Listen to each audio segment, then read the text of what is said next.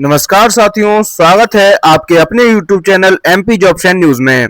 दोस्तों, आज का ये वीडियो उन सभी महिलाओं के लिए बहुत ही महत्वपूर्ण होने वाला है जो कि मध्य प्रदेश में निवास करती हैं और अभी तक मुख्यमंत्री लाडली बहना योजना के लाभ से वंचित हैं।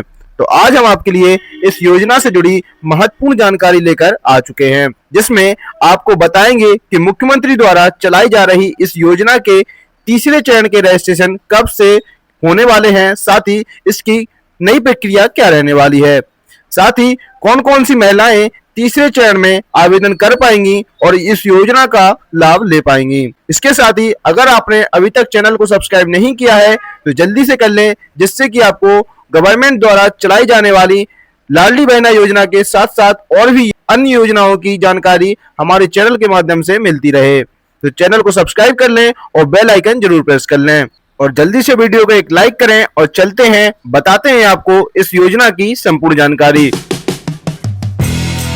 दोस्तों, आपको पता होगा कि जब पूर्व मुख्यमंत्री श्री शिवराज सिंह चौहान ने इस योजना को प्रारंभ किया था, तब इसकी शुरुआती किस्त 1,000 रुपए थी।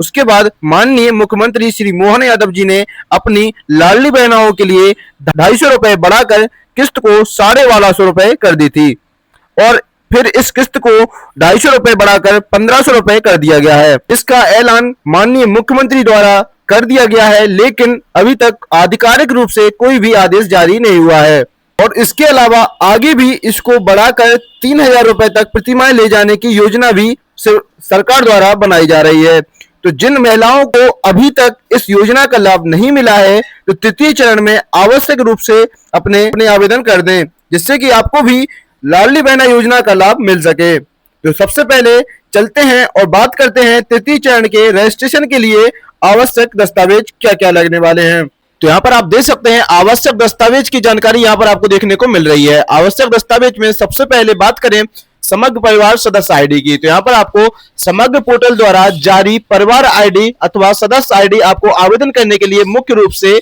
चाहिए होगी। इसके बिना आपको आवेदन नहीं हो पाएगा। बात करें दूसरे नंबर पर आधार कार्ड की, तो UIDAI द्वारा जारी फोटो आईडी कार्ड, आधार कार्ड आपको आवेदन करते समय मुख्य रूप से लाना होगा, तभी आप इसमें आवेदन कर सकते हैं। इसके साथ ही यहाँ पर आपको मोबाइल नंबर, मुख्य रूप से आपको आवश्यकता पड़ने वाली है मोबाइल नंबर की, समग्र पोर्टल में दर्ज मोबाइल नंबर। तो बात करें समग्र पोर्टल में दर्ज मोबाइल नंबर कौन सा मोबाइल नंबर है, यहाँ पर आपकी समग्र आईडी की KYC की गई होगी, जिसमें आपकी समग्र आईडी की KYC करते समय आपने जो मोबाइल नंबर दर्ज कराया होगा वो आपका समग्र आईडी में लिंक हो गया है। तो आपको समग्र आईडी में लिंक मोबाइल नंबर ही आपको वहां पर लेकर जाना है जहां से आप आवेदन करेंगे। आवेदन करने के 2 प्रकार हैं, वो हम आपको आगे बताने वाले हैं, आपको आवेदन कहां से और कैसे करना है। अब चलते हैं दोस्तों, बात करते हैं कि आपको आवेदन करने से पहले तैयारियां क्या क्या करनी है। तो आवेदन की पूर्व तैयारियां के लिए यहाँ पर आपको एक कॉलम देखने को मिल रहा है। यहाँ पर आपको बताया गया है आधार समग्र eKYC। तो अगर आपने अभी तक अपने आधार समग्र की eKYC नहीं करवाई है, आधार और समग्र की KYC करवाना अनिवार्य है। तो बात कर लें आधार समग्र eKYC की समग्र पोर्टल पर आधार के डेटा का OTP या बायोमेट्रिक के माध्यम से मिलान eKYC ना होने की स्थिति में आपके आवेदन को निष्क्रिय कर दिया जाएगा। तो यहाँ पर आपको अपने आधार समग्र की eKYC विशेष रूप से करवा लेनी है। अब बात करते हैं कि आपको अपने आधार समग्र की eKYC करानी कहाँ से है। तो यहाँ पर आपको, अगर आप ग्राम पंचायत में रहते हैं तो आपको अपने सचिव के द्वारा अपने आधार समग्र की eKYC करवानी है। अदरवाइज अगर आप नगर पंचायत नगर पालिका में के अंतर्गत रहते हैं तो आपको अपनी नगर पालिका में जाकर अपने समग्र आधार की KYC करवाना अनिवार्य है। और अगर आप स्वयं से अपनी समग्र आधार समग्र की eKYC करना चाहते हैं तो इससे जुड़ी जानकारी आपको अगले वीडियो में हम विस्तार से बता देंगे। तो आपको अगले वीडियो के लिए हमारे चैनल से जुड़े रहना है, जिसके लिए आप चैनल को सब्सक्राइब जरूर कर लें। अब बात करते हैं आपके व्यक्तिगत बैंक खाते की। तो यहाँ पर आपके पास एक व्यक्तिगत बैंक खाता होना अत्यंत आवश्यक है। इसमें आपको लाडली बहना योजना की राशि प्राप्त होगी। यहाँ पर आपको बताया गया है व्यक्तिगत बैंक खाता महिला का स्वयं का बैंक खाता होना अनिवार्य है, संयुक्त खाता मान्य नहीं होगा। तो अगर आपका कोई ज्वाइंट अकाउंट है तो यहाँ पर आपका ज्वाइंट अकाउंट मान्य नहीं होगा, आपका स्वयं का व्यक्तिगत खाता होना आवश्यक है। अब चलते हैं, बात करते हैं बैंक खाता आधार लिंक एवं डीबीटी सक्रिय होने की स्थिति के बारे में। तो यहाँ पर आपका जो बैंक खाता आपने खुलवाया है उसमें आधार सीडिंग डीबीटी होना आवश्यक है। अगर आपके बैंक खाते में आधार सीडिंग नहीं है तो आपकी ये राशि खाते में नहीं आएगी। इसलिए आपको ये सुनिश्चित करना होगा कि जो भी बैंक खाता आपने खुलवाया है उसमें बैंक द्वारा आधार सीडिंग की गई है या नहीं। इसके अलावा अगर आप स्वयं से भी चेक करना चाहते हैं कि आपके बैंक खाते में आधार लिंक है या नहीं, इसकी जानकारी भी हम आपको अगले वीडियो में विस्तार से बताने वाले हैं। अब चलते हैं और बात करते हैं कि इस योजना का मुख्य उद्देश्य है क्या। यहाँ पर आपको योजना के उद्देश्य की जानकारी देखने को मिल रही है। यहाँ पर आपको बताया गया है महिलाओं के स्वावलंबन एवं उनके आश्रित बच्चों के स्वास्थ्य एवं पोषण स्तर को सतत सुधार को बनाए रखना, इसके लिए आपके ये लाडली बहना योजना मुख्यमंत्री द्वारा चलाई गई है। पूर्व मुख्यमंत्री माननीय श्री शिवराज सिंह चौहान द्वारा लंबे समय से देखा जा रहा था कि मध्य प्रदेश में महिलाओं को आर्थिक रूप से स्वतंत्रता प्राप्त नहीं है, वह अपनी इच्छा अनुसार अपना एवं अपने बच्चों का पालन पोषण नहीं कर पा रही हैं। तो यहाँ पर इस योजना का मुख्य उद्देश्य यही है कि महिलाएं स्वावलंबी बने और अपने बच्चों का पालन पोषण अपनी इच्छा से अपने अनुसार कर सकें। यहाँ पर आपको देखने को मिल रहा है बच्चों के स्वास्थ्य एवं पोषण के स्तर में सुधार के लिए यहाँ पर आपको मुख्य रूप से ये योजना का उद्देश्य देखने को मिल रहा है। महिलाओं को आर्थिक रूप से अधिक स्वावलंबी बनाना, परिवार स्तर पर निर्णय लिए जाने में महिलाओं का प्रभावी भूमिका प्रोत्साहित करना, यहाँ पर आपको सारे उद्देश्य इस योजना के देखने को मिल रहे हैं। अब चलते हैं और बात करते हैं आपके आवेदन प्रक्रिया की। तो यहाँ पर आपको आवेदन प्रक्रिया की संपूर्ण जानकारी स्टेप बाय स्टेप बताई गई है। यहाँ पर आप देख सकते हैं आवेदन फॉर्म ग्राम पंचायत वार्ड कार्यालय कैंप स्थल पर उपलब्ध करा दिए जाएंगे। यहाँ पर आपको आवेदन करने की ऑफलाइन प्रक्रिया की जानकारी दी गई है। तो यहाँ पर आपके जो आवेदन फॉर्म है ऑफलाइन ग्राम पंचायत वार्ड कार्यालय कैंप स्थल पर उपलब्ध हो जाएंगे। कैंप स्थल ग्राम पंचायत वार्ड कार्यालय पर आवेदन फॉर्म की लाडली बहना पोर्टल ऐप में प्रविष्टि की जाएगी। तो यहाँ पर आपको जो सचिव, सहायक सचिव और वार्ड मेंबर हैं उनके माध्यम से आपके ऑनलाइन आवेदन पोर्टल पर प्रविष्टि किए जाएंगे। इसके साथ ही आवेदन फॉर्म की प्रविष्टि के दौरान महिला का फोटो लिया जाएगा, लाइव फोटो आपका निकाला जाएगा। तो आवेदन के समय आपको वहां पर उपस्थित होना आवश्यक है। इसके साथ ही आवेदन फॉर्म की प्रविष्टि के बाद प्राप्त ऑनलाइन आवेदन क्रमांक की पावती में दर्ज करके आवेदक को दिया जाएगा। तो जो भी महिलाएं अपना आवेदन करवाएंगी उनको आवेदन फॉर्म की प्रविष्टि के बाद ऑनलाइन आवेदन की जो प्रति पावती मिलेगी वो महिलाओं को दी जाएगी। तो इस प्रकार से आपकी ऑफलाइन प्रक्रिया आवेदन करने की रहने वाली है। इसी के साथ यहाँ पर आपको नीचे स्क्रॉल करने पर देखने को मिल रहा है कि यहाँ पर आपकी पात्रता अपात्रता योजना के लाभ क्रियान्वयन प्रशासनिक निर्देश। तो बात करते हैं कि इस योजना में आवेदन करने के लिए कौन कौन सी महिलाएं पात्र होगी। यहाँ पर आपको मुख्य रूप से बताया गया है कि आवेदन करने के लिए आपको मध्य प्रदेश का स्थायी निवासी होना आवश्यक है।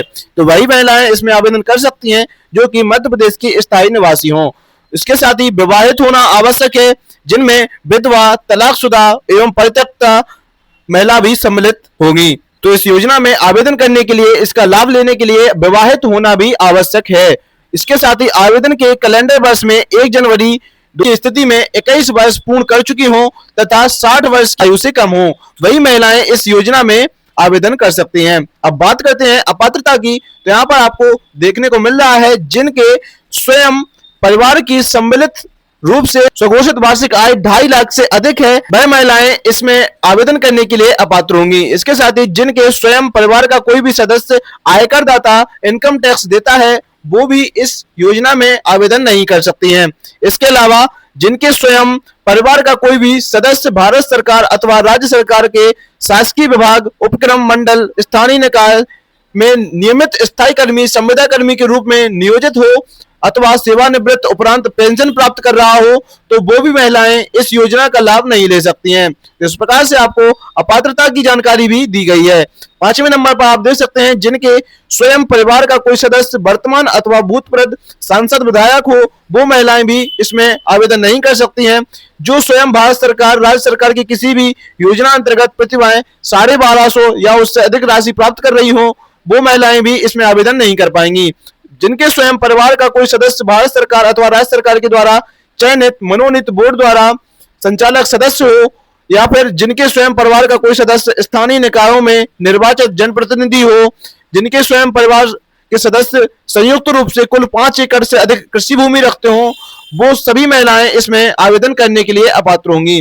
इसके साथ ही योजना के लाभ क्या रहने वाले हैं, तो यहाँ पर आपको देखने को मिल जाएगा प्रत्येक पात्र महिला को उसकी पात्रता अवधि में 1250 रुपए प्रति माह के मान से राशि का भुगतान आवेदिका के स्वयं के आधार लिंक डीबीटी इनवेल्ड खाते में दिए जाएंगे। इसके साथ ही किसी परिवार की 60 वर्ष से कम आयु की महिला को सामाजिक सुरक्षा पेंशन योजना में प्रति माह राशि रुपए 1250 से कम जितनी राशि प्राप्त हो रही है उस महिला को रुपए 1250 तक राशि को पूर्ति की जाएगी। तो अगर आप पेंशन भोगी हैं तो अगर आपको पेंशन के रूप में मात्र उदाहरण के तौर पर 600 रुपए मिलते हैं तो बाकी के जो आपके पैसे हैं वो आपको इस योजना के अंतर्गत दिए जाएंगे, जो कि 1250 पूर्ति करने के लिए उपयुक्त होंगे। चलते हैं दोस्तों, बात करते हैं आवेदन करने की ऑनलाइन प्रक्रिया की, जो कि आप स्वयं से कर सकते हैं।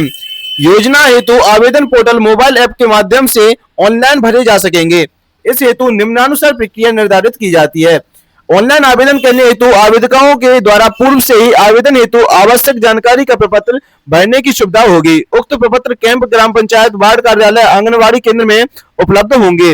दूसरे नंबर पर आप देख सकते हैं, उक्त भरे प्रपत्र की प्रविष्टि कैंप वार्ड मेंबर ग्राम पंचायत वार्ड कार्यालय के नियत कैंप प्रभारी द्वारा ऑनलाइन की जाएगी एवं सफलतापूर्वक दर्ज प्रत्येक आवेदन की प्रिंटेड पावती दी जाएगी। यह पावती एमएमएस व्हाट्सएप द्वारा हितग्राही को प्राप्त होगी। उक्त प्रक्रिया में आंगनबाड़ी कार्यकर्ता सहयोग करेंगे। आवेदन पत्र भरने की संपूर्ण प्रक्रिया निःशुल्क होगी। यहाँ पर आपको बता दिया गया है, आवेदन में आवेदक महिला को स्वयं उपरोक्त स्थलों पर उपस्थित होना आवश्यक होगा ताकि उसकी लाइव फोटो ली जा सके एवं ई-केवाईसी किया जा सके। हेतु महिला को निम्नानुसार जानकारी लेकर आना आवश्यक होगा। परिवार की समग्र आईडी, स्वयं की समग्र आईडी दस्तावेज और स्वयं का आधार कार्ड, तो ये डॉक्यूमेंट आपको ले जाना अनिवार्य है। अनंतिम सूची का प्रकाशन आपका आवेदन प्राप्ति की अंतिम तिथि के पश्चात आवेदकों की अंतिम सूची पोर्टल पर ऐप पर प्रदर्शित की जाएगी, जिसका प्रिंट आउट ग्राम पंचायत वार्ड स्तर के सूचना पटल पर भी चस्पा किया जाएगा। तो यहाँ पर आपकी अंतिम सूची जारी की जाएगी, जिसमें आपका नाम होने पर आप योजना का लाभ आप उठा पाएंगे। इसके साथ ही यहाँ पर आपको आपत्तियों के लिए भी समय दिया जाएगा। 15 दिवस का समय आपको मिलने वाला है, जिसमें आप अपनी आपत्ति भी दर्ज करा पाएंगे। तो इस प्रकार से दोस्तों आपके क्रियान्वयन की पूरी जानकारी पोर्टल पर दी गई है। प्रशासनिक निर्देश में यहाँ पर आपको सभी मुख्य निर्देशों की पीडीएफ यहाँ पर दी गई है, आप चाहें तो यहाँ से डाउनलोड कर सकते हैं।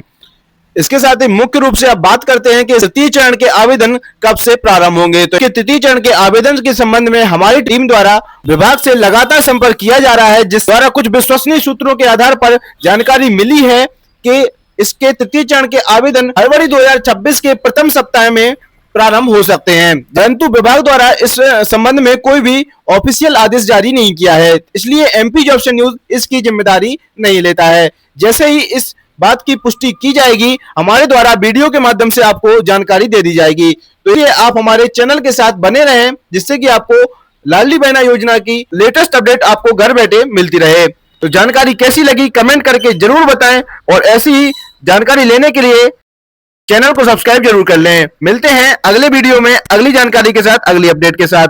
धन्यवाद।